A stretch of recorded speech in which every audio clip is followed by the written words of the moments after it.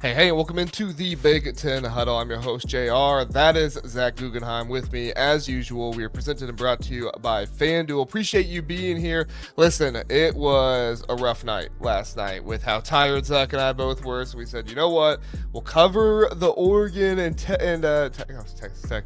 We'll preview that game a little bit here in a little bit, but we will cover the Oregon and James Madison game on our normal Sunday night live stream and get to it all and give Oregon their flowers, and also talk about the controversy about the Oregon defense in the second half for sure. But before we get to that, we do need to intro the man who would never give up 34 points, not 34 points, what was it?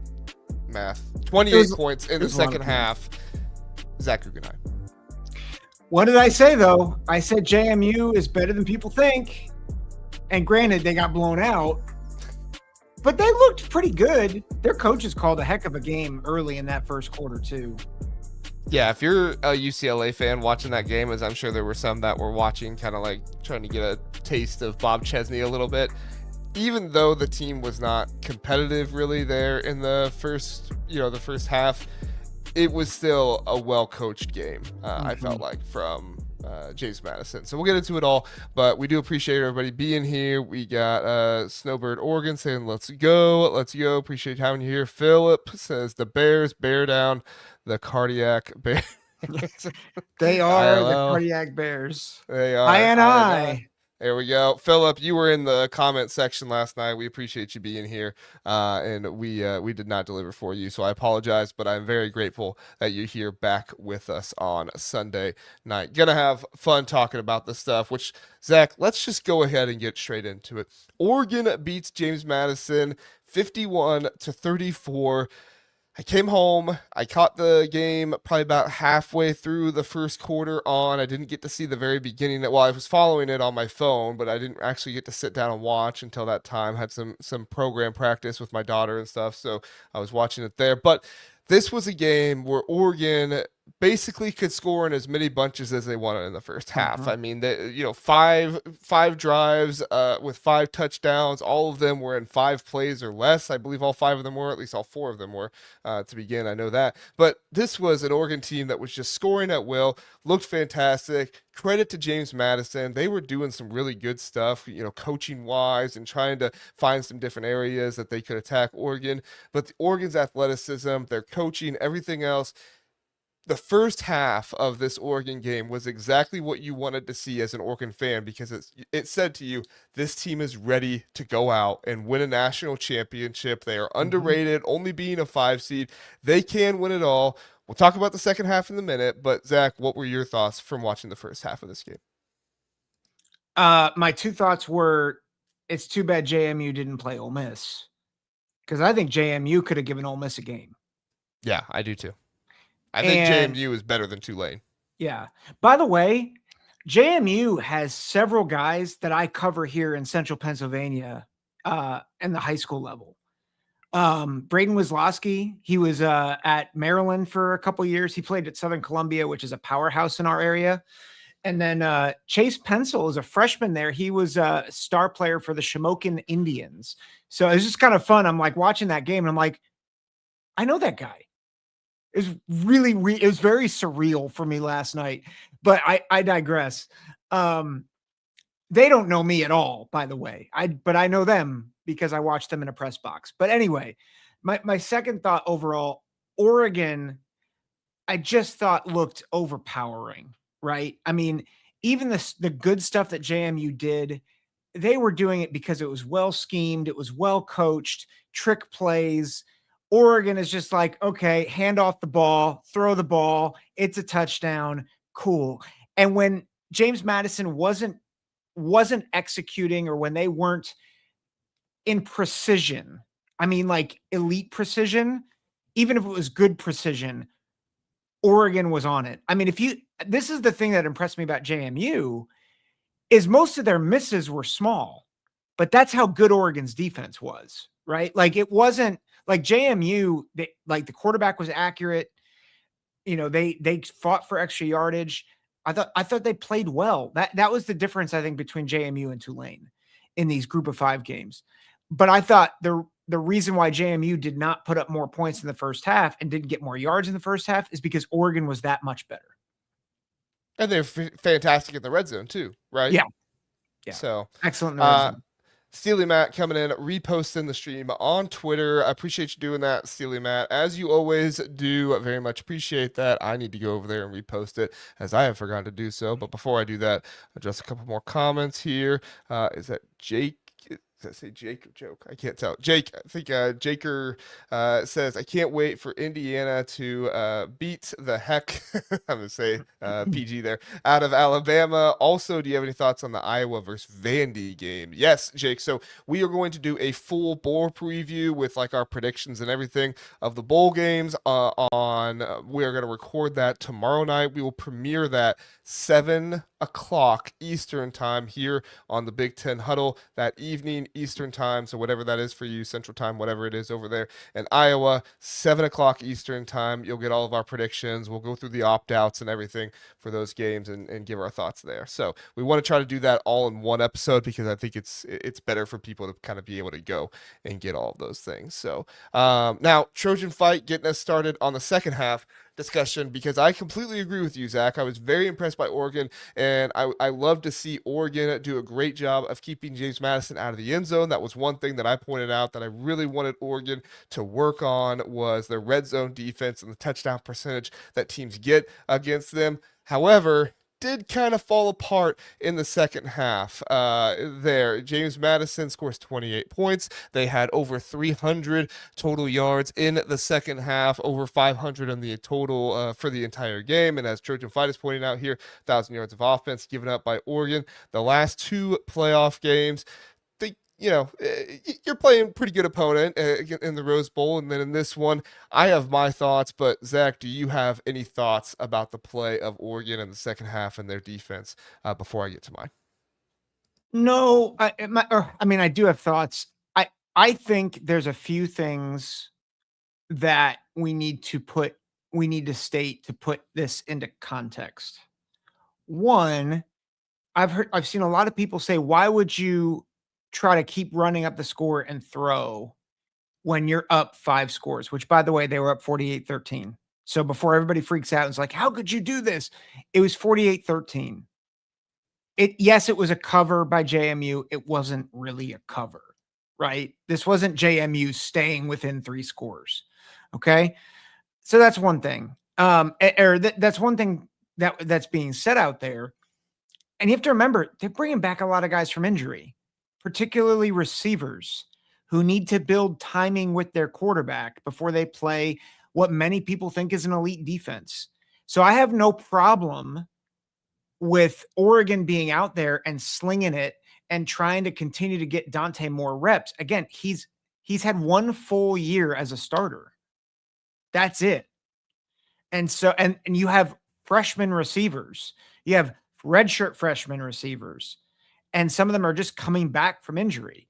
So getting them reps late in the game, I get that you may not like it because it doesn't look good for the scoreboard if they do what they did, but like build some continuity. I think that makes a lot of sense.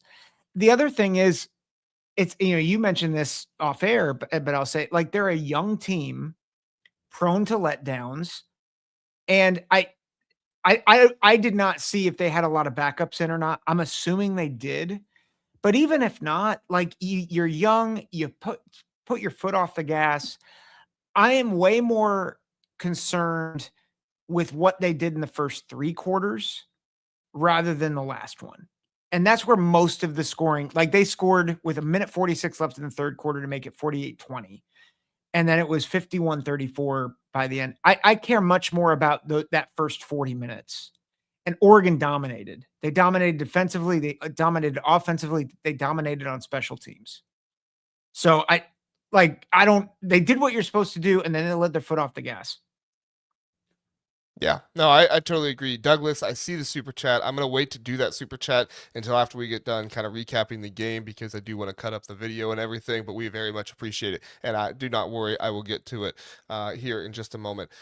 I completely agree with you on the younger players being in there. And we've talked about how Oregon's going to have a young secondary this year and how that was something that was going to be concerning going into the season. And boy, did Oregon prove us wrong. They have one of the best pass defenses. I think they're ranked second best in terms of passing yards per game and stuff like that right now. But they're a fantastic pass defense. They've done a great job this season. Their freshmen are kind of playing out of their minds. Dylan Thieneman has been a huge addition to this secondary as well. But I understand what you're saying, Trojan Fight, and if I were you, if I was a rival, I would be saying the same exact thing to my rival. Don't get me wrong. All right, I would be doing the same thing. But I do think we look at this, it's a young team, it's a young secondary.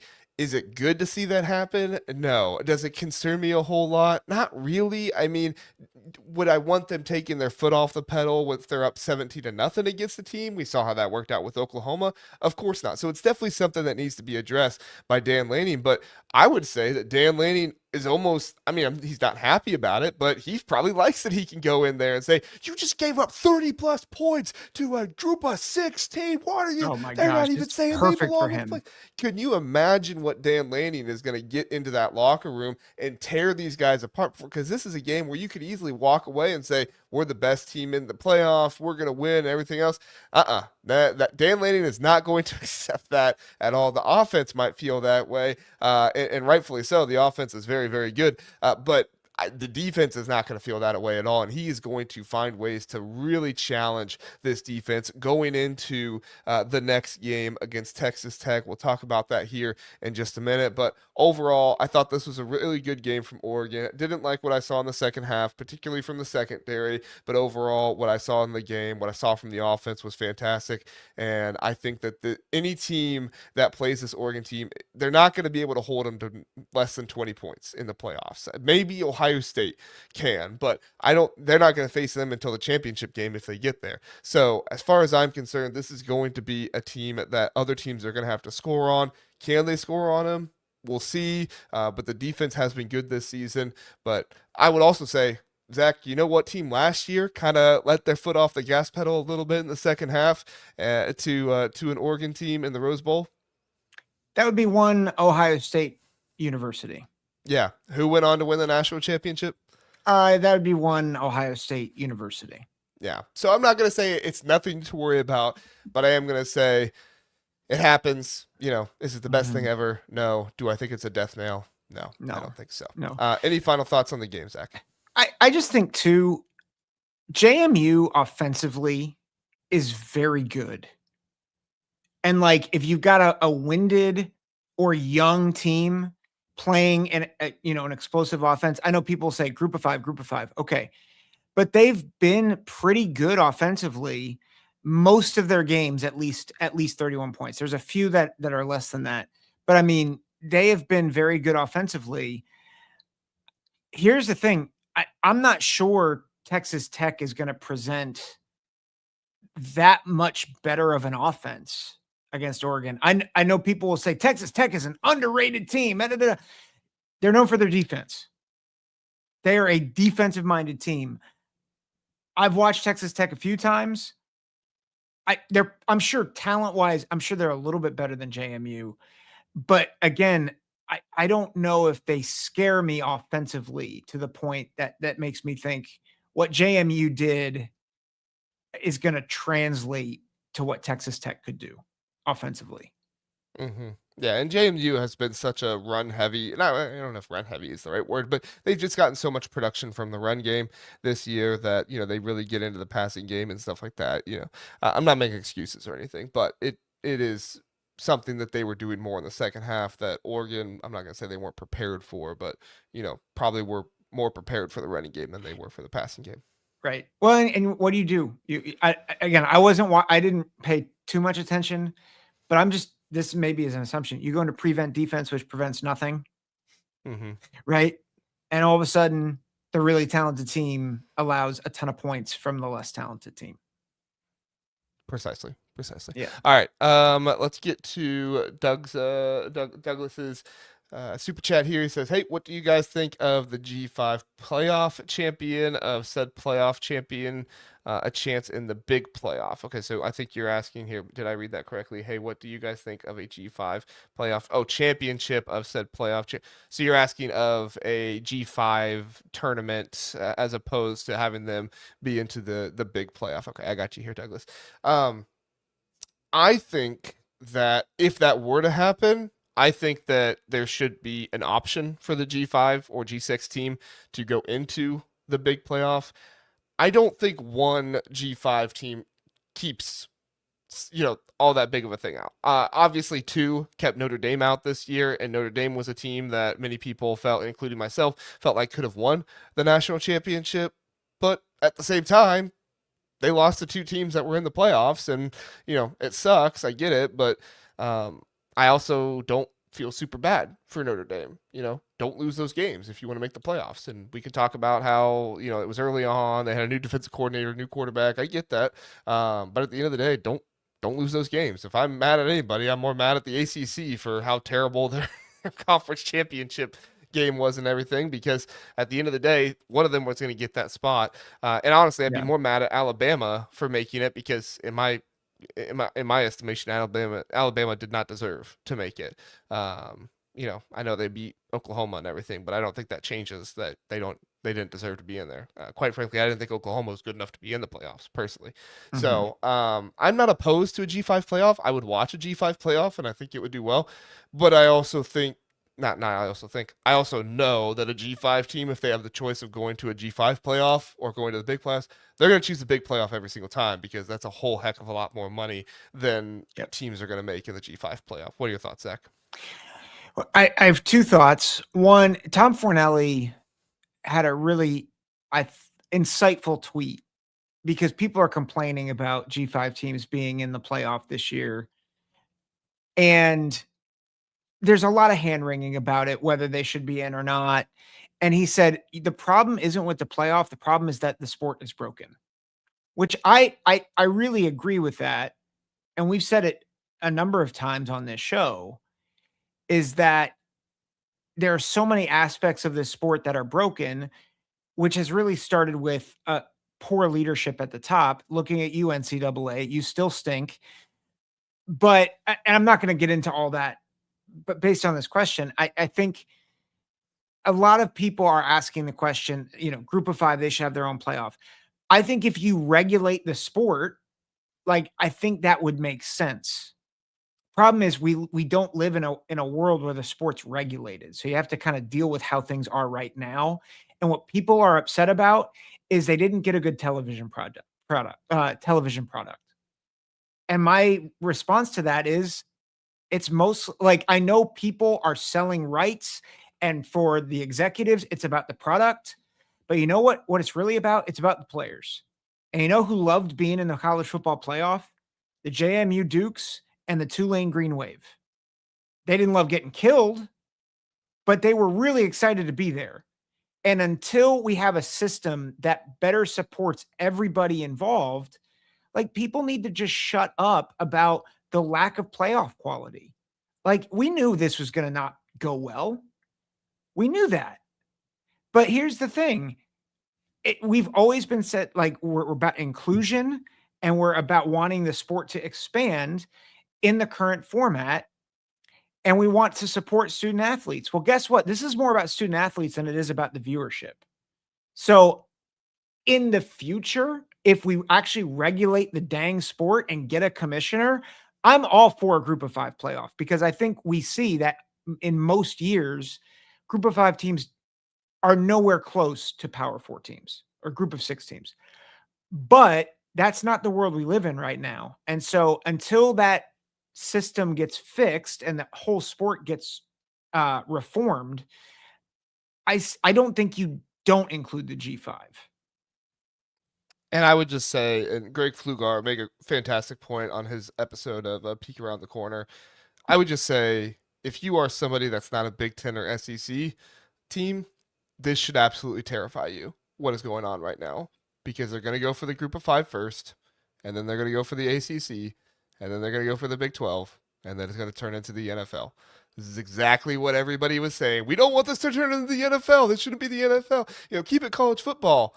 Well, as much as ESPN and the people that are on ESPN want to go on their shows and say, I'm not going to name the person I'm talking about right now, but I think many of you probably understand who I'm talking about here. As much as he wants to say, well, I care about all of college football, but then he goes on a show and says, well, get rid of the G5 and give them their own playoff type of deal. How long until it's the G5 and the Big 12 and the ACC, Right. and then Yep. it's the AFC and the NFC in the Big Ten and the SEC? I mean, we've talked about this. It's gonna happen eventually. This is just one more part to lead it to that. And as much as I do understand, everybody wants the best teams in the playoffs. There is no sport out there where you are guaranteed to get the best teams in the playoff every single time. Yep. All these other sports have automatic qualifiers, have all these things. Even March Madness doesn't give you the best teams in the tournament. And I get it, comparing basketball to football. I am well aware of the differences between the two sports, but you're not. These other playoffs don't guarantee the best teams in the sport make it either, and they're still very fun, and we enjoy them. And it is what it is. So, all right. Any final thoughts on that, Zach? I'll pick your brain on this real quick. What do you think about the safety issues for teams that are clearly overmatched? I'm curious about that. I think they're big boys and they're fine. If you choose to play big boy football, then you should know your risks. And if you're very concerned about it, go on over to FCS or Division III or NAIA. NAIA is very much so looking for players, so feel free to go over there. I graduated from an NAIA school. I know how hard it is to find football players for NAIA schools. Okay, just someone. I was talking with a friend today about that, and he's brought up, yeah, there's safety issues, which and I get that. I cover PA high school football. The first couple rounds of districts, I mean, I can't tell you the last time we did a round one district game where we weren't in the mercy rule by the third quarter. Well, we should put in the mercy rule for the Oregon JMU game in the first half. Yeah. But it would have been points. It would have been 48-13. Or no, it wouldn't have. It wouldn't have, because the mercy rule in PIAA is you got to be up 35. Yeah. And Oregon was only up 35 for like a hot second. So, yeah. All right. Well, hey, we appreciate you all being here. Please do like and subscribe to the Big Ten Huddle. I have found out that people don't like the show because they don't like the Big Ten. Apparently, it's okay. You can still like the show, even if you don't like the Big Ten. Just takes you a second. Hit that like button, subscribe. We have great content on this channel. I believe so. If I was somebody that was watching this, I would watch it all the time. Contrary to popular belief, I do not watch myself on YouTube all the time, but if I was somebody who was not myself, I would watch the channel. I know, terrible, right? I do watch Zach's videos though, when Zach puts out videos, so that counts. Which is so common. I do that. You have like two, and I've watched both of them, so. So help us out, like, subscribe, very much appreciate that. All right, Zach. Oregon and Texas Tech. Oregon favored in this one by 1.5 on FanDuel. The Orange Bowl over under set at 52.5. Look, when the Big Ten plays an SEC team, I oftentimes will get, just go check the Indiana-Alabama video and see how the Alabama fans are reacting to me right now in the comments section, and that should tell you all you need to know. I am not going to be that way with Texas Tech. I have said my piece on Texas Tech's defensive line. I don't think they're the best in the nation, but I said I think they're top 5. I think they're a very good unit, and I think they can give Oregon some struggle or some issues here in this game, even though I feel like Oregon has one of the best, if not the best, offensive line in the country. This is going to be a very good game. This is a lot of firepower on Oregon's offense against a Texas Tech defense that has smothered teams this season with one of the best defensive players in the nation and Jacob Rodriguez. They have the sack leader in the nation and David Bailey. This is a fantastic Texas Tech defense, and if Oregon's going to win this game, they have got to get Dante Moore and these receivers going. They have to get the running game going, obviously. Jordan Davison looked fantastic in that James Madison game, but James Madison defenders are not going to be in this this one. They're going to have to block up front, open up many holes. I mean, I'm not preaching anything new to you here. You've watched football before, you understand this, but Texas Tech's offense is also going to have to be very productive against this Oregon defense too. The Texas Tech Yeah. offense is probably my biggest concern about this team. However, they have done a great job of just holding teams to not scoring very much, and they don't have to score as much, obviously, to beat them there. So, Zach, I very much so respect this Texas Tech team. I think this Texas Tech team has obviously a good shot to beat this Oregon team, but I also think this Oregon team has a very good shot to beat this Texas Tech team. What are your initial thoughts? We're not fully previewing the game, but just kind of first look, what are your initial thoughts on this Texas Tech Oregon game? Yeah. So I think I I have a hard time knowing how to read Texas Tech for a similar reason why a lot of people kind of disbelieve in Ohio State and Indiana outside. Although I think the Ohio State Indiana qualifiers are wrong because Ohio State and Indiana have played legitimate competition either in each other or Ohio State outside the conference. I think Texas Tech has played good competition, right? They've played Utah. Utah's decent. I think they're 14th in Sagarin. They've played BYU. BYU's 24th in Sagarin. As a note, JMU's 28th in Sagarin. Um, I think the other team that they've played in the top 30 is or no, it's I think that's it actually. I think that's who they've played. They've played BYU? three. They've played BYU twice. Mm-hmm. They were 24th. They played Utah and they're 14th. Those are the only top 30 teams they've played in Sagarin. Mm-hmm. And so I it's hard to figure out just how good Texas Tech is. And they haven't played a ton of good offenses. And so like as good as that defense is, I'm like, well, I think they're really good. You watch the film, they're really good. They haven't played anything like Oregon. And I'm sorry, Oregon has played someone like Texas Tech defensively, and they are named the Indiana Hoosiers. Now, granted, they didn't do that great against Indiana. It was Dante Moore's sixth start. I think that offensive line struggled a bit, but it's hard for me, and I want to go back and watch more Texas Tech, if I'm honest, before I make a pick on this game. But I think it makes sense to me that Oregon is the favorite. I know Texas Tech fans and kind of casuals who are kind of excited about Texas Tech or if they work for the four letter network. They're all on Texas Tech and how they're going to beat Oregon. I think Oregon's a massive step up from anything that Texas Tech has seen. Yeah, I totally agree. I mean, this is an SP plus top four matchup here. Texas Tech is number 3, Oregon is number 4, and honestly, like both of these teams have, kind of played a lot of bottom feeder teams so far this season. I'm not saying both of their schedules are completely that because you pointed out BYU and Utah, and Oregon played USC. They played Iowa, who's a better team than people give them credit for. They beat both those teams. They played Indiana. That was a very good game, very interesting game. Indiana just pulled away there at the end, but overall, I mean, both these teams have kind of faced a number of teams on their schedule that it shouldn't give either of these teams a challenge, and we're gonna see how these two teams match up. I'm very interested to see how David Bailey gets to Dante Moore. I'm very interested to see how Oregon utilizes Dante Moore's athleticism.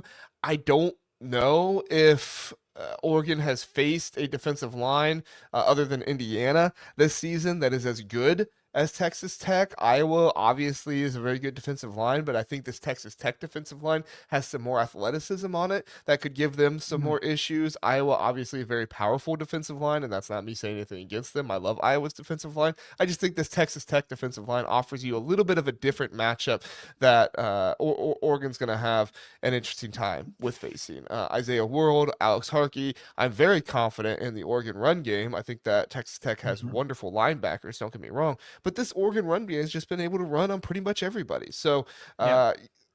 I think they're going to be able to run the ball well. I think the biggest thing in this game, honestly, for me, is when they get into those third down situations, do we continue to see Dante Moore be able to pick up those third down situations? Because really, ever since Iowa, we've seen him do a fantastic job of that, but he did struggle with it at times earlier on in the season. And then also, how are they going to defend Texas Tech's offense, and what does Texas Tech do on offense? Does Texas Tech try to throw some trick plays in there and stuff like that? Because this might be a game where whoever gets to over 20 in this game has a very good shot at winning it, just with Texas Tech and how well their defense plays, and with how Oregon might kind of slow down the game a little bit, and you might have some fewer possessions. I'm not saying Oregon won't score. I'm saying that the game might be slowed down a little bit more with fewer possessions, running the ball more, and stuff like that. So it's going to be very interesting. I'm very excited to see these two teams face off. I lean Oregon right now more, and that's not just because of ESPN and me going against them, but I do think Oregon is a very underrated team,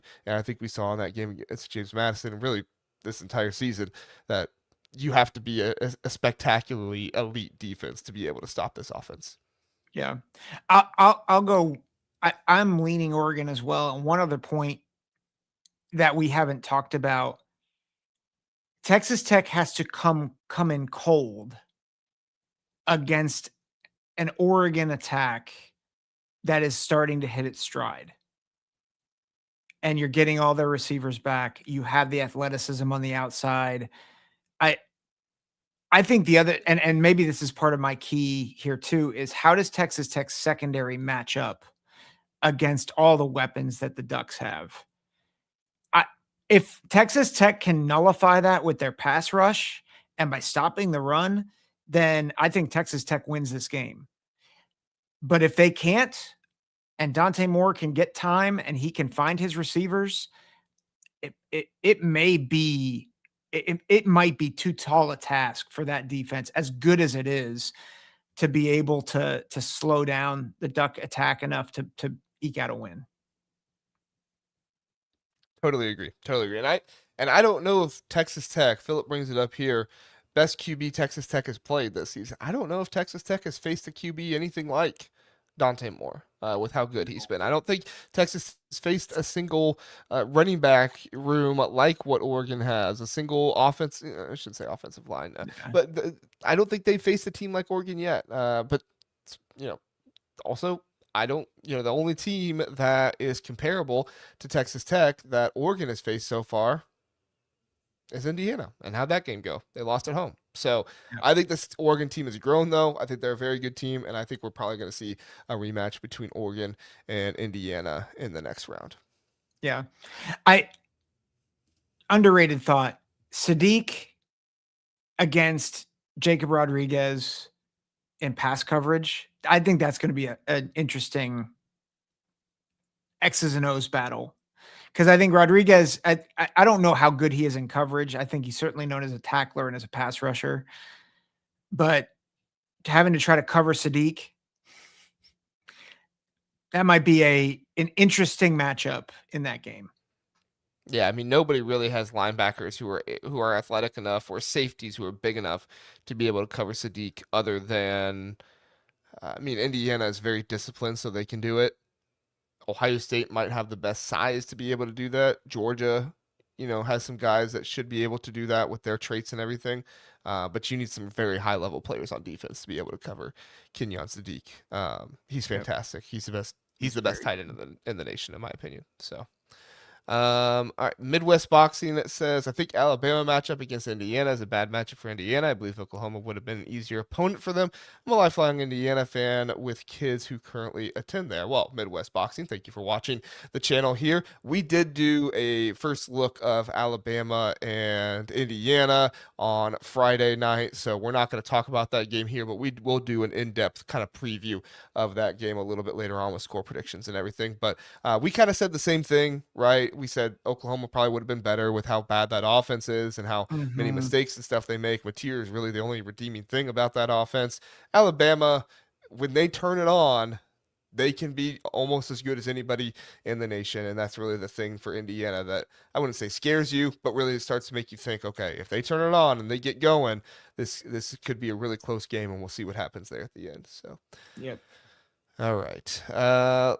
Zach, another game we had results from.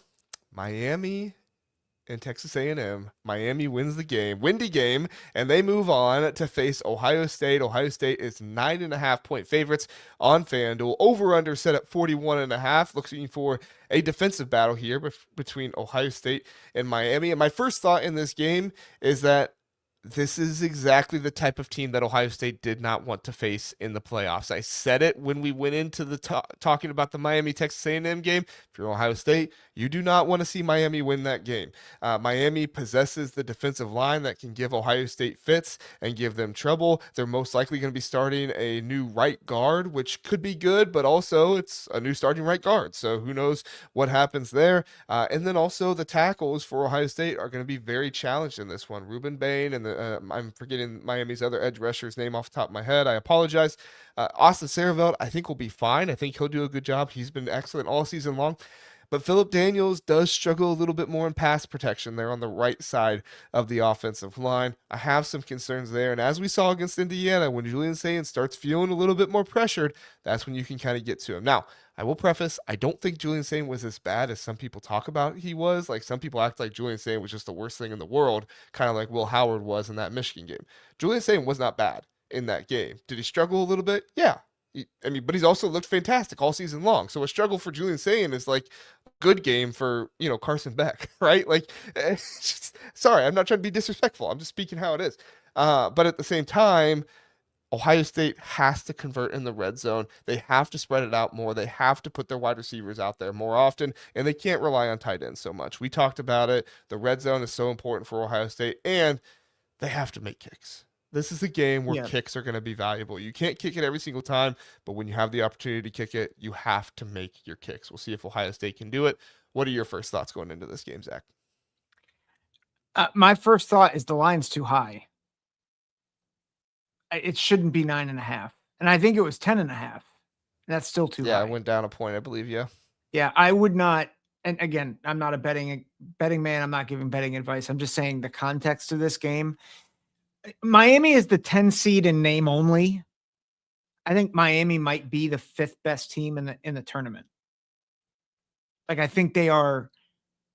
Like, I think I would probably put it, and I'm going to make some Texas Tech fans mad.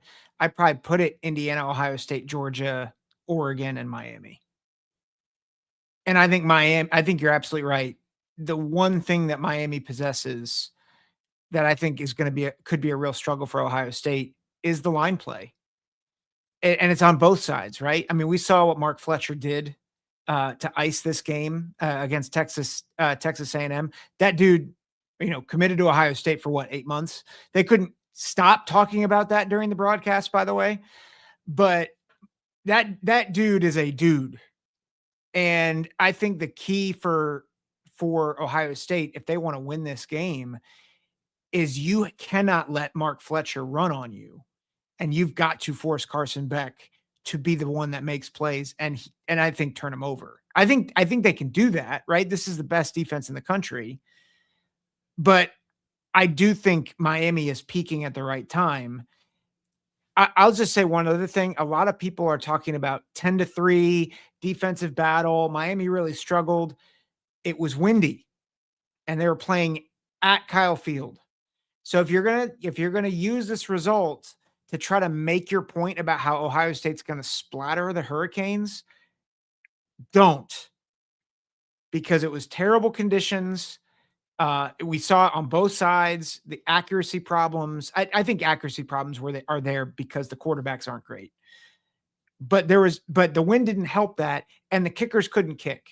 And so that made the game more defensive in nature. Do not be surprised if Miami scores the most that Ohio State's had to deal with all season. They're in on a fast track. They're indoors, no wind. And so I think it will be defensive, but I would not be surprised if Miami gets at least 17. That's the thing, right? Is it like the most on anybody scored in Ohio State this season? 17. Like that would be the most. I do have a lot of concerns about Miami and some of their coaching decision making. The fact that Mark Fletcher only carried the ball, it was like 15 times in that game. Yep. Hey, what in the world are we doing if you're Miami's offense? I have a theory. I Yes. think Andy Kotelnicki hijacked the offensive coordinator for Miami and just controlled his brain for the game. And he treated Mark Fletcher like Katron Allen when James Franklin was the head coach.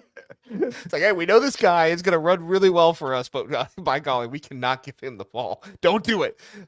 Give it to Malachi Tony instead, who did have a big play, but for the most of that game, he was bottled up in that one. That's really the thing that I think could have Ohio State cover in this one is just how mistake prone Miami can be. Do they have That's awesome true. lines of scrimmage? Yes, they do. But there are many coaching blunders of Mario Cristobal, even in the Texas A&M game. There were time management blunders and things like that. I mean, Ohio State has had their fair share of coaching blunders too. I'm not trying to say Mhm. that Ohio State is impervious to that or anything, but I think we see more of it with Mario Cristobal and his staff. If I was a Miami fan watching that Texas A&M game, I was probably ripping my hair out that Mark Fletcher was not getting the ball more often when I saw him gashing Texas A&M as much as he was. And do I think Texas? Do I think Miami's going to come in and just all of a sudden do exactly what they should do if something's beating Ohio State's defense? They should, but they don't have the track record of doing that. And Mhm. also, Ohio State already had their kind of, I guess Michigan game, as you would call it, against Indiana. I don't think we see two of those in one season. I think Ryan Day learns from his mistakes, and I think he comes Yeah. out firing, really going for it. I would not be surprised to see kind of going for it like we did in that Oregon game in the Rose Bowl for Ohio State to start coming out like that. Even in that Tennessee game, they were kind of, not as quick to go for it, but when they turned it on, they turned it on. They turned it on right away Yeah. against Oregon, and I think we could see that again here against Miami. Because I don't think Miami has anybody that can cover Connell Tate and Jeremiah Smith. I'm not trying to be Yeah. disrespectful. I just don't think they do. No, no. And I think, people are saying that I'm trying to give bulletin board material to I'm trying Listen, to it's good. It's prepare. good for us when the Miami fans come in here and comment and tell us how stupid we are. Right, So right, yes. Well, that's all Zach is doing. and I do think there's a pathway for Ohio State to cover, right? Like I think that's obvious. You have the two best players, like the two best players, maybe the three or four best players in this game are all on Ohio State's side, which that's going to get Miami fans upset. But you just look at Ruben Bain, people could argue, but he's falling down draft boards because of his arm length. So I think even him, you look at the draft boards right now, it is Arvell Reese, it is Caleb Downs, it is Carnell Tate, it is Caden McDonald, it is Sonny Styles, and we're not even talking about Jeremiah Smith at this point or Julian Sayin. So like you're talking about 7 legitimate first round players at minimum. So is there a pathway for an Ohio State blowout? Absolutely. I'm just maybe warning Ohio State fans, it may not be that simple. And so for the team, it's similar to Alabama fans right now saying we're going to take Indiana to the woodshed, which is just immense hubris. But like Ohio State fans are saying we're going to take Bama or take Miami to the woodshed.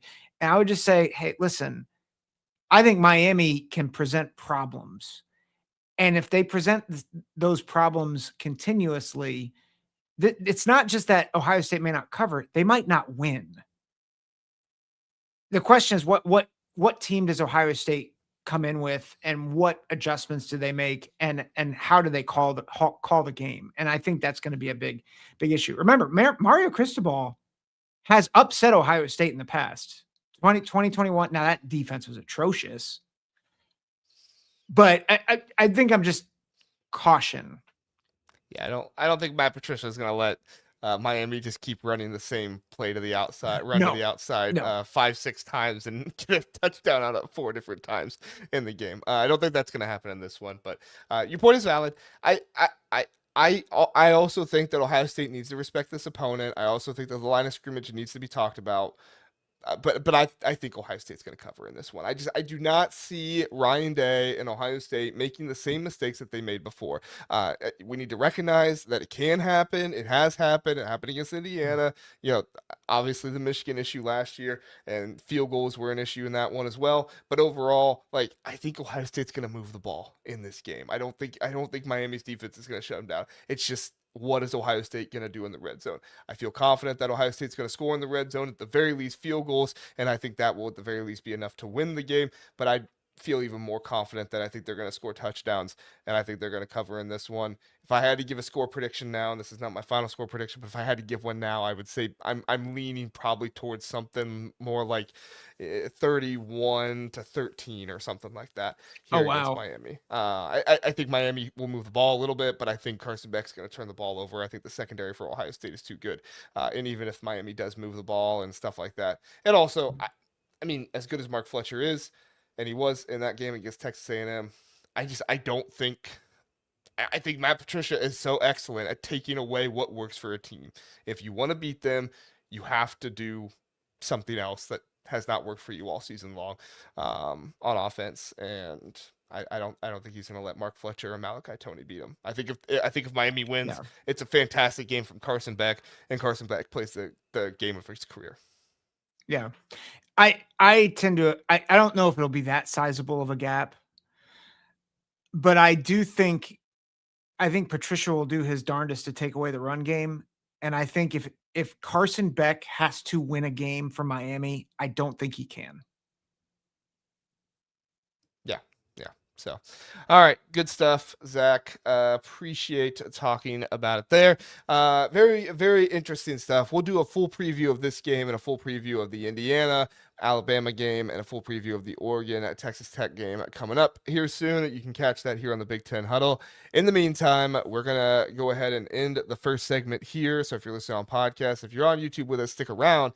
We're going to do the second segment of the show. That will be a podcast that comes out on Tuesday morning. So if you're listening on podcast, thank you for being here. We appreciate it. If you are listening on YouTube, stick around. We're going to end it right here and come back and talk through the Michigan coaching job a little bit. We're going to talk about Josh Hoover to Indiana, the possibility there, and then also Michigan State doing some really, really good stuff with their coaching staff right now. We need to make sure we give some props and talk about that. So like, subscribe, do all that good stuff. 5-star rating and review on podcast. We appreciate it. And we're going to start here in just a moment. Hey, welcome into the Big Ten Huddle. We are presented and brought to you by FanDuel. I'm JR, that's Zach, and we just talked in our last episode about the preview, first look at some of the college football playoff games, but there is other news going on in the Big Ten that we want to discuss. We have Michigan, what they're going to do with their coaching search with Kenny Dillingham out now. Where are things leaning? I've seen the media start to kind of zone in on one guy a little bit more, and I do think that's worth talking about. It's a guy that we've been talking about since the very beginning, and so it's going to be interesting there, especially with Chip Lindsey leaving, no longer there at Michigan. What does that tell us? Also talk through Josh Hoover, the TCU transfer quarterback, and how Indiana has been linked to him a little bit. And then finally, end it with some Michigan State talk, because there are some things going on in East Lansing with the coaching staff that is very, very impressive. And we need to make sure we give Michigan State their flowers on, because Michigan State might be a problem for some teams next year. It's going to be very interesting. But Zach, we appreciate having you here. How are you doing?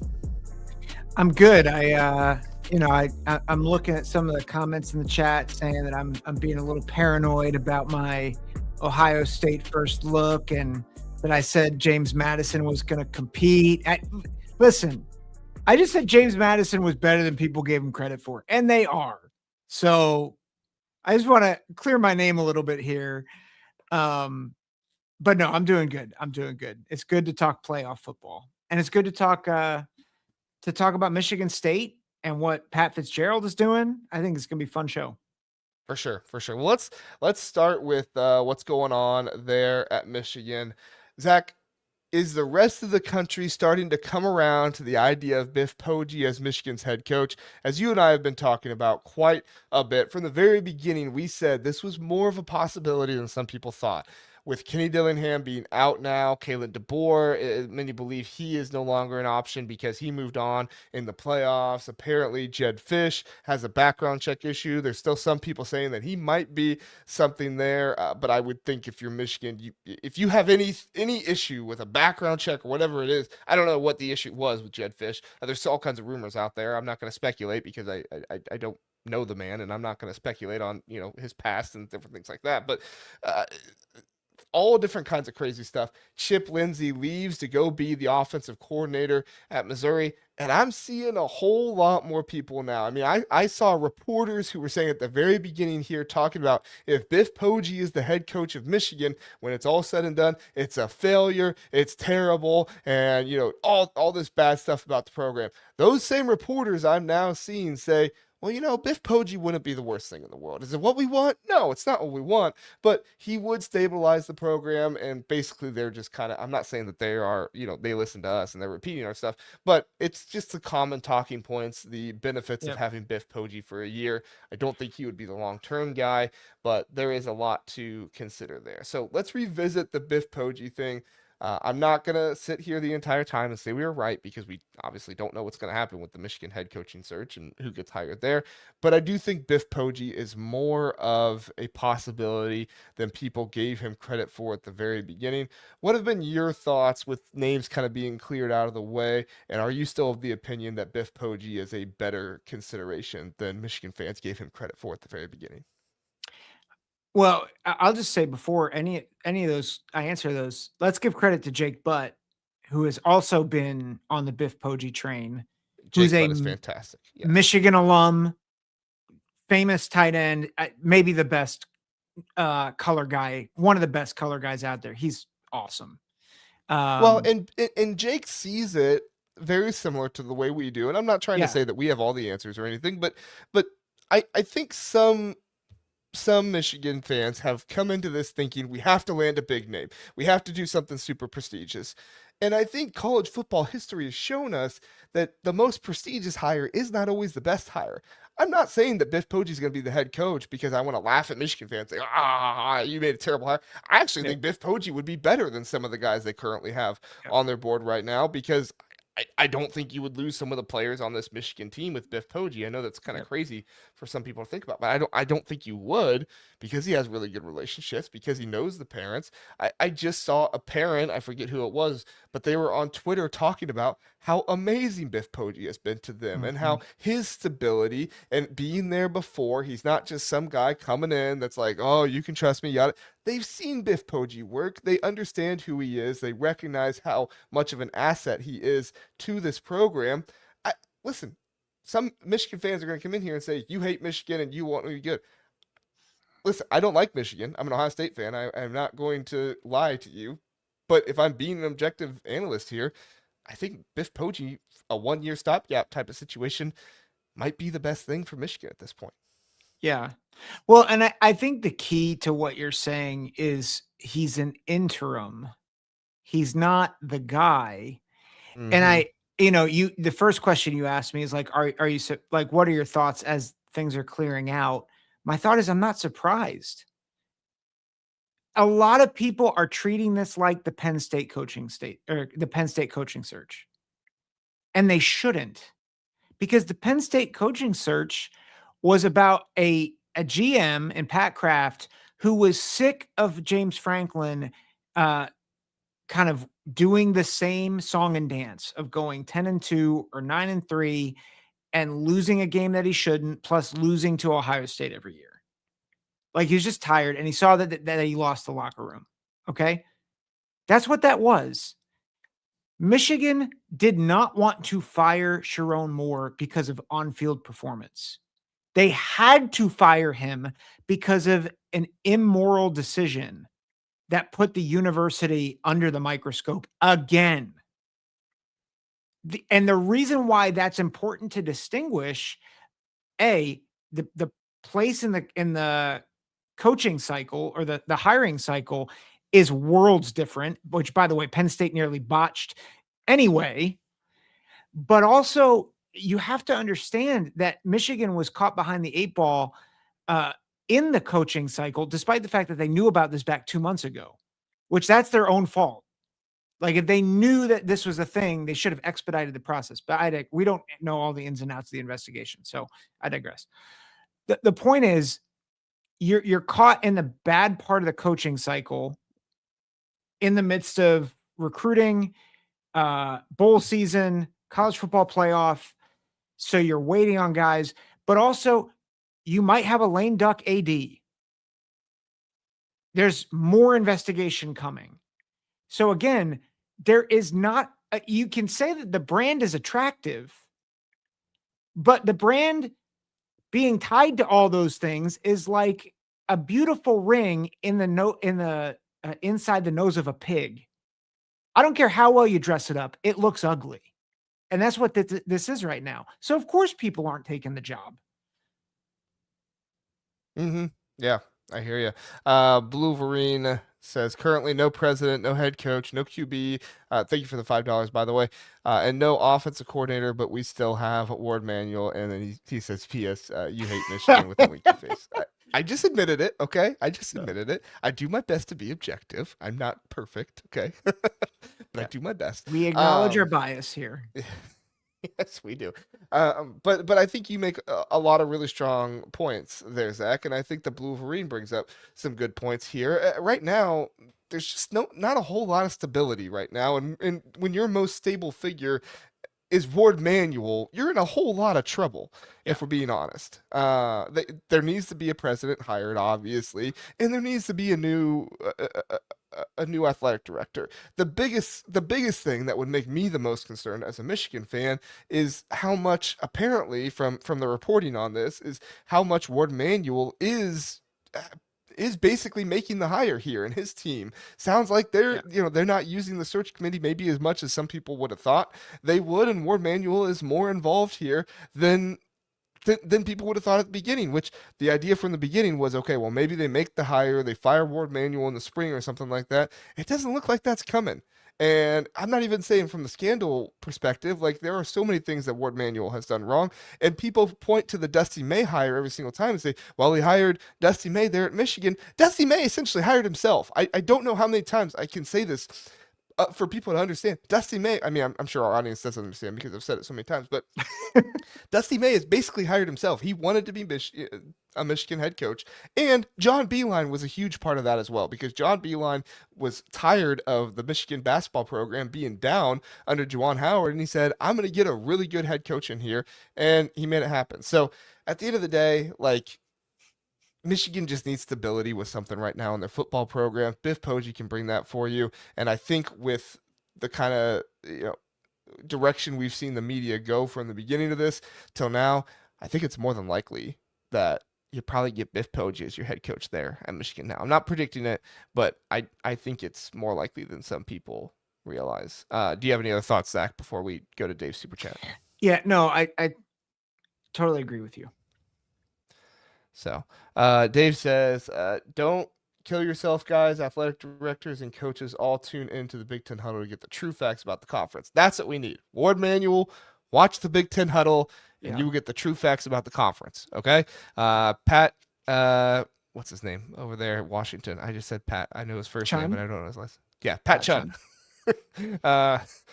Ross Bjork, all these other ones. I'm trying to think of athletic directors names off the top of my head. I should know more of these. If Ward Manuel tunes into our show, all he's going to hear is Ward Manuel needs to be fired. Well, maybe he agrees. Maybe he's like, I don't know how I still have a job.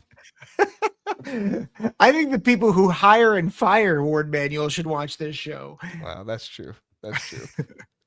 Yeah. So, I mean, do you have any other thoughts on Biff Poggi? I mean, we've talked about how important this would be. He would stabilize the program. He has a great relationship with players. He has a great relationship with their parents. He would be somebody, he coached the team better than Sharon Moore did this year. I know a lot of people, I guess this is what I want to ask you about.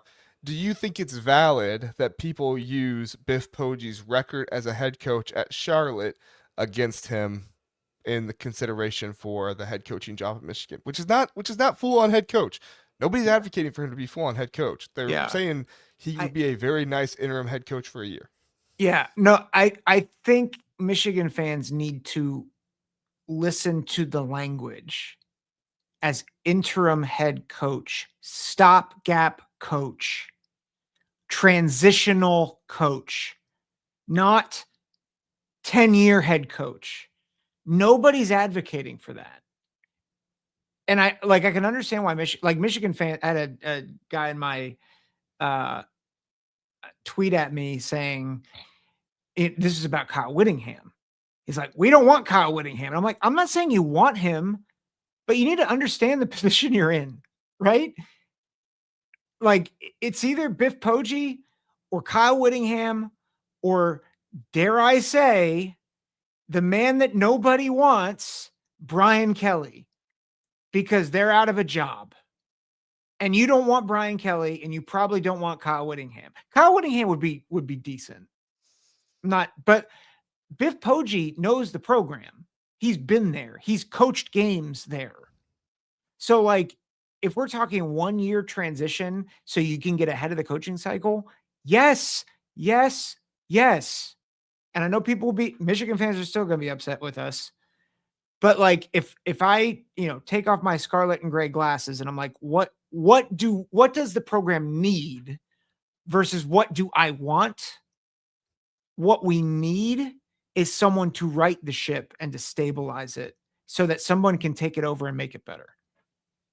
And you might not even need that in a different circumstance. If you had let go of Sharon Moore, when other teams were firing coaches, you may not have even needed that.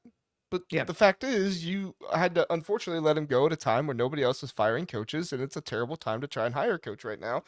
And you're also, have a very, very young team that you need to keep intact, and the transfer portal is coming. It's just, it is what it is. Listen, Max has been listening very intently. He says, so the Big Ten Huddle thinks Michigan should give Biff a lifetime contract and lock him down more securely. No, Max, your listening skills are so great. Yes, that's precisely what we said. Sarcasm. I feel like I have to preface that with sarcasm there. So yeah, we'll see what happens. I mean, as this Michigan stuff continues to go and grow, I mean, we could get some news here on Monday, but at this point, I'm not even going to believe anything super concrete. It was supposed to be DeBoer, and then that fell through. It was supposed to be Dillingham, that fell through. Jed Fish was supposed to be a top 3 candidate, that fell through. Now the flavor of the time is Kyle Whittingham. I mean, apparently Kyle Whittingham wants the job, but who knows? So we'll see. All right. Anything else on this, Zach? Nope. No, we're good. All right. Let's move on.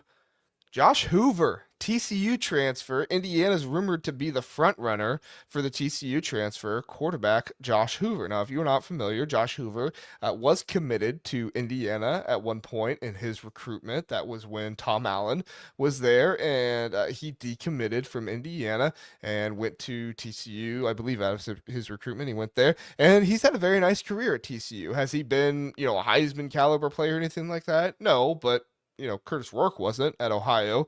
Fernando Mendoza wasn't at Cal. And the fact of the matter is that Josh Hoover has an NFL type of, body structure and everything. He has some really nice traits to who he is. He's passed for over 9,000 yards in his career. He was a starter in 2025. I mean, he's a good quarterback. Is he somebody that is gonna, be a huge name that everybody gets excited about and says, oh, they got Carson Beck or somebody like that? That's a huge, or Cam Ward or something. No, but guess what? Kirk Cignetti's proven he doesn't need to go get Cam Ward or any of these guys. At the end of the day, like I'm gonna preface this entire conversation by saying we can talk about Josh Hoover all he wants. The only decision that really matters to me is if Kirk Cignetti takes him, because at this point, I trust whatever Kirk Cignetti does more than I trust myself.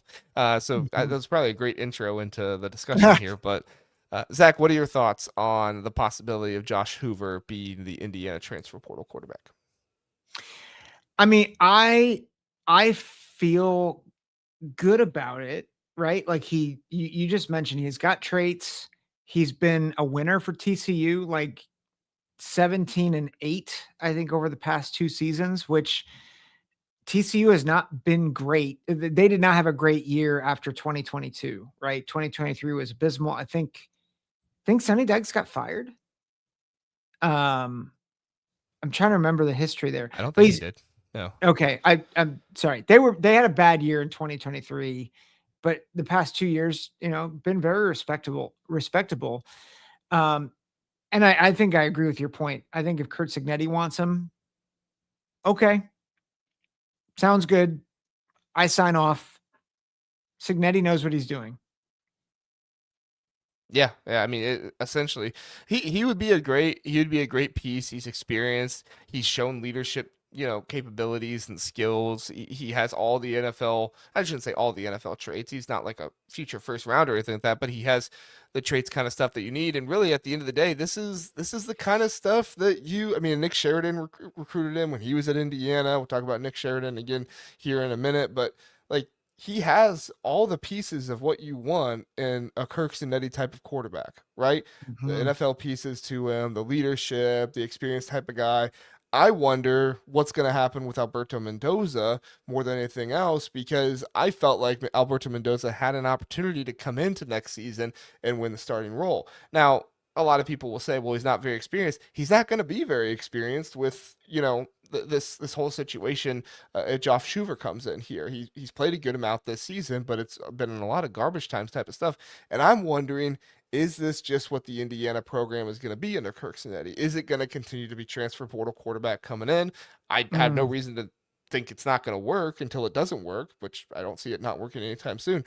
So I'm fine with it. I'm not trying to say it's a bad thing. I'm just wondering at what point will Kirk Cinetti get away from some of the transfer portal stuff and get into recruiting, or is that just not a thing and he just trusts himself that much with his evaluation going into the portal?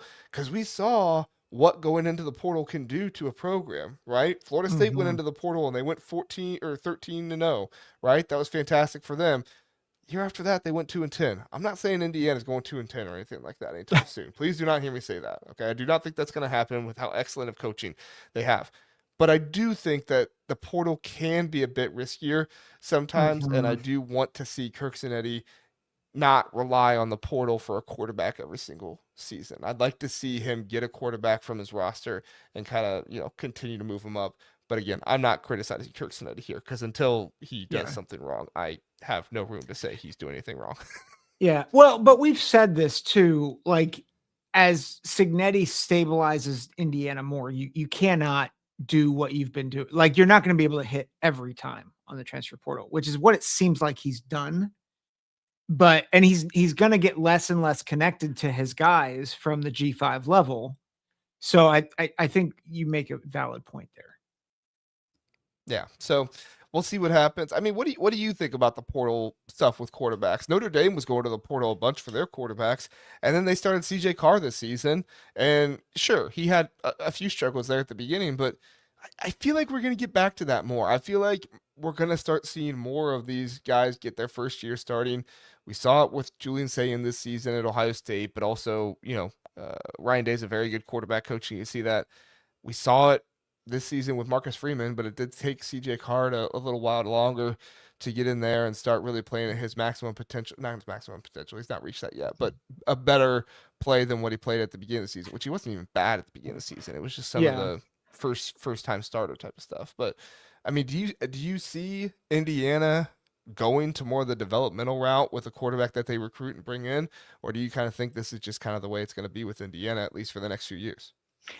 Well, it'll be interesting to see, does Indiana transition into more of the blue blood type in turn, because think of Ohio State, like, yes, Will Howard, you can make the argument, and you can make the argument that Ohio State's lived up to transfer portal, but the reality is they have done a good job of identifying quarterbacks for the most part. Yes, Justin Fields was a transfer, but they got him for 2 years, and they in a sense they developed him. You could say that Julian Sayin is also a transfer, but actually, like, he came in as a true freshman at Ohio State. So what we mean by a transfer that's ready to go, like, Ohio State hasn't really done that. They've had to develop. Georgia has developed. Alabama, for the most part, has developed. The question is Indiana going to start to drift into that mold more as they continue to progress as a program? And I think they're probably still a few years away from that, from a, like, overall program. like if they want to get there. Um, so I think right now is probably more transfer portal first, but I think they're going to want to develop guys multi-year, especially if they want to attract quarterbacks out of high school, like the 4 and 5-star guys. So that'd be my thought is they probably have to start thinking about how do we have a track record. And they do have, they have talented quarterbacks on that roster. I mean, you have Tyler Mhm. Cherry. I know he had an injury this season, so I don't even think he was on the roster, but he was a, good 4-star quarterback they were able to get in there. Alberto Mendoza, again, he's no joke. I think I would love to see Indiana go with Alberto Mendoza this season and just kind of see what happens. He obviously, was behind his big brother there and learned a lot from him and got to see kind of how that whole thing operates. And, you know, selfishly, I want to see another Mendoza. I want to see some more LinkedIn Heisman type of guys out there. But maybe Alberto's not that kind of guy. It's okay if he's not. So, Mhm. all right. Let's get to our final topic here, Zach. The Michigan State coaching staff. Oh, by the way, we do want to say, please do like and subscribe, everybody. There's a whole bunch of new people in the chat right now as we continue going on, and we appreciate you being here. Helps us out if you like, subscribe, do all Mhm. that good stuff. Hit the bell notification. We go live at pretty much all the same times, but every now and then we have an emergency podcast, or I forget to tell you we're doing something. So just hit the bell, and that'll help you out. So, all right, Zach. Michigan State has been getting busy with adding coaches to their coaching staff, and Pat Fitzgerald looks like a mastermind at this point. Now, he does have $400 million to work with. That's very helpful to make it happen, Mhm. but Pat Fitzgerald has made some very good hires, I feel like. I'm not going to say that they are like groundbreaking or anything like that, but from what we know so far, there's a lot of good hires on here that I really like. I'm going to name the ones that we know for sure and name some of the ones that we kind of have rumored and then get your thoughts on them. So, just recently, Nick Sheridan was hired as the offensive coordinator. He was the co-offensive coordinator and quarterbacks coach at Alabama. Rumored that he's going to be the quarterbacks coach for Michigan State as well. However, I don't think that's been that's been reported. That's not been confirmed out there. It's been reported by sources of many different people. Because of that, there's a belief out there that Courtney Hawkins will be the wide receiver coach. He'll come back, and then Brian was Niak will be the Michigan State tight end coach again. However, those are just rumors. The defensive coordinator, Joe Rossi, that was confirmed. He's coming back. Winston, I'm doing my best here. Okay, defensive line coach Winston Delaboudiere. He was the former Minnesota defensive line coach 2 years. Left Minnesota, went to the Arizona Cardinals, and he was there for a year. He is now the defensive line coach for Michigan State. That's been confirmed. Co-defensive coordinator Max Bulla. A lot of people very excited about that. Of course, he a lot of ties with Michigan State there and everything. You can go back and check that if you'd like. But anyway, he was the former Notre Dame linebackers coach. He's confirmed to be there. James Adams, Michigan State safety coach last year. He's the safety coach again. LeVar Woods, he is confirmed to go from Iowa's special teams coordinator to Michigan State's special teams coordinator and assistant head coach. So raising role there for him. And then some front office people. Brian Gasser is going to be the general manager. That's been reported. Joe Welsh going to be the head strength and conditioning coach, and then chief of staff Jacob Schmidt. What names stick out to you there, and what are your thoughts? Can we just talk about how Pat Fitzgerald saw the Michigan State Iowa game and was like, "We are never kicking to Weegan again. Here's how I know we're going to hire their special teams coach." We're never kicking to a LeVar Woods returner again, unless it's in practice. Yeah, That's what. yeah. We're not doing that. We're just going to hire the guy who coaches them. Yeah. That's next level, like masterminding right there. My gosh. Listen, if I had $400 million, I might do the same thing as a head coach. So Okay, can we also just talk about this? So Greg and Don Williams, they're the benefactors who gave this generous gift to Michigan State, $401 million, $290 million going to enhance facilities and student experience, $100 million going into the new revenue arm, the Spartan Ventures, and $11 million for academic initiatives. That just really screams student athlete, doesn't it? you know how many, how much money the football program brings in, I though. know. I'm just pointing out. I think Why not just make the whole gift athletic? Like, why are we doing 11 million to the academics No, and then you can't not give 390? some to the athletics or Here's to a the dollar academics. for every $1,000 we spent. I don't know how the math works out. Anyway, it's a lot of money, and they are spending it well, at least for the football team. I mean, what he's doing in assembling this coaching staff, it's phenomenal. And there might be one or two where you might be like, do I really like that hire? But on the whole, what he's doing the best of multiple things. When he's getting proven guys, but then he's also getting Michigan State guys, like getting Max Bulla, getting him away from Notre Dame. Max Bulla was the heartbeat and backbone of some of those D'Antonio defenses, and now he's on the sideline. He's been really good for Notre Dame as a linebackers coach. Getting him in there, combining him with Joe Rossi, uh, getting I can't say his name, but the defensive line coach that he got That from the sneaky Cardinals. might be the best hire of the whole thing, I man. I mean, mean, it's a good reminder to us that Pat Fitzgerald led a team with like zero resources and still was really good in the Big Ten.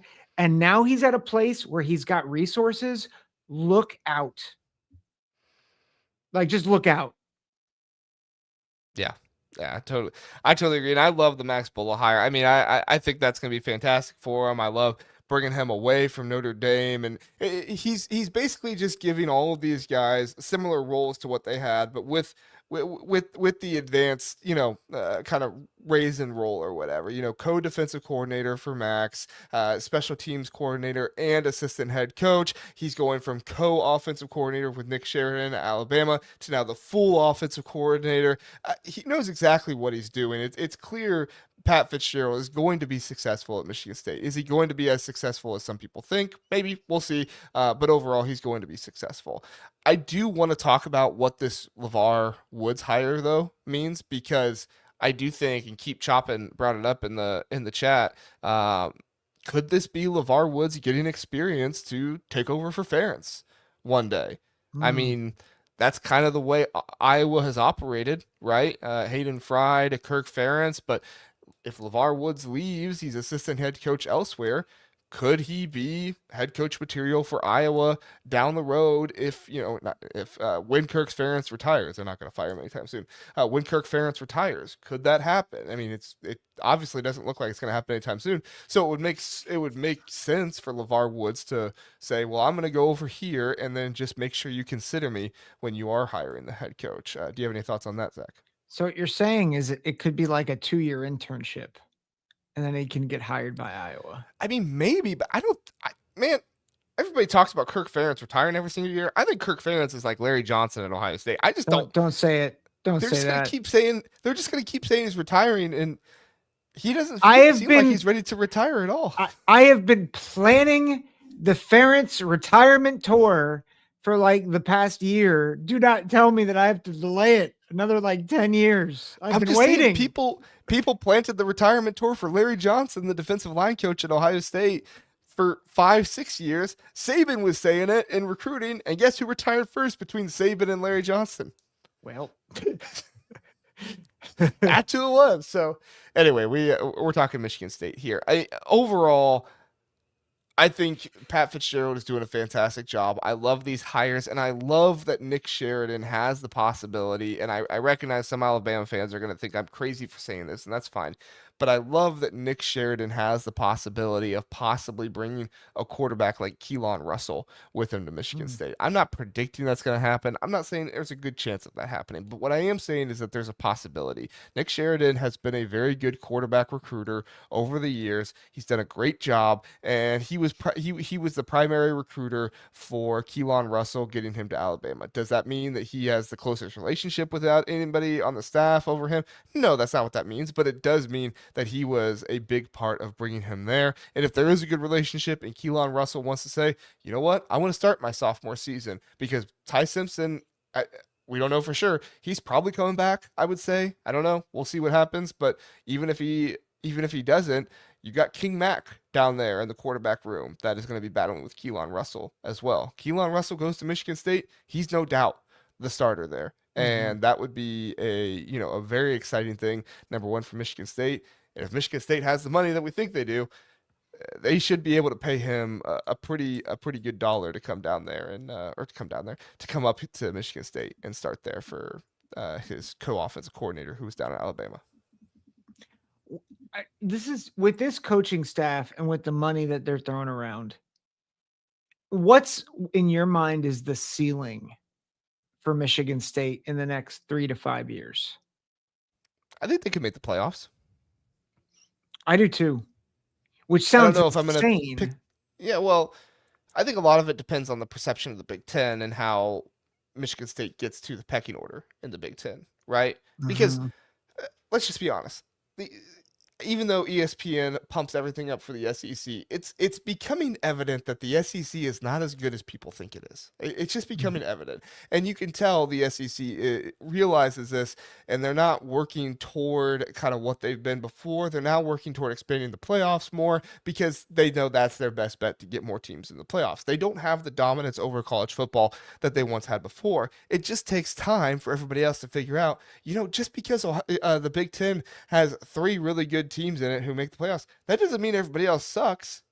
Washington was a better team than we realized. Iowa was a better team than USC was a better team than we realized. Eventually, that's going to start happening. The committee already made it happen a little bit this season by ranking Iowa when they were 8-4. I think them and Mhm. Tennessee were both ranked, so we saw it a little bit more there. We just need to continue to see it get deeper, and I cannot stress to you enough how important it is that the SEC went to 9 conference games and how impactful that is going to be to actually see some even Yep. scheduling out there for wins, losses in the conference and everything like that. So I'm excited for them going forward. I think if Michigan State can continue to rise in the Big Ten, that will eventually elevate them at the national level. But I think if I'm Pat Fitzgerald, that's the thing I'm focusing on more than anything else. Yeah, we want to schedule some out of conference games and stuff like that, sure. But most important, more than anything, I see Pat Fitzgerald coming in here and doing it kind of the Kirk Cinetti route a little bit, right? Get ourselves Mhm. established in the Big Ten first. Of course, it didn't take him very long.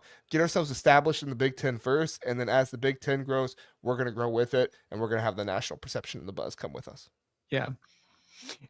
To that point, Dave, super chat. Thanks, man. We appreciate it. Pat needs to first beat Michigan to take take Michigan State to a bowl game. I think that happens next year. Well, it's a great opportunity for it, Michigan's right? yeah, Michigan's in turmoil. And if you look at the schedule's not easy next year, but they do get Toledo and Eastern Michigan. Those should be 2 wins. And then they get Nebraska at home. They get Northwestern at home. They get Illinois, who's replacing a lot at home.